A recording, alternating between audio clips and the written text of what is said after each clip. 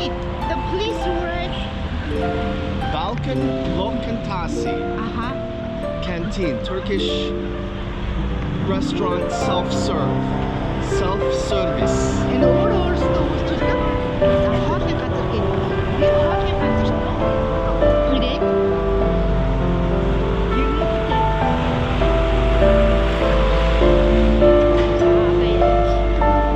За 2 жилийн өмнө би ирсэн юм.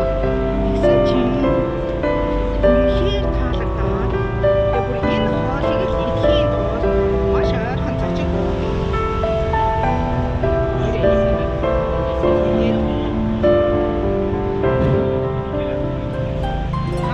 And the price. За үнэн. And remember, $1 is 42 Turkish lira. 42 So $1 is 3,400 turk.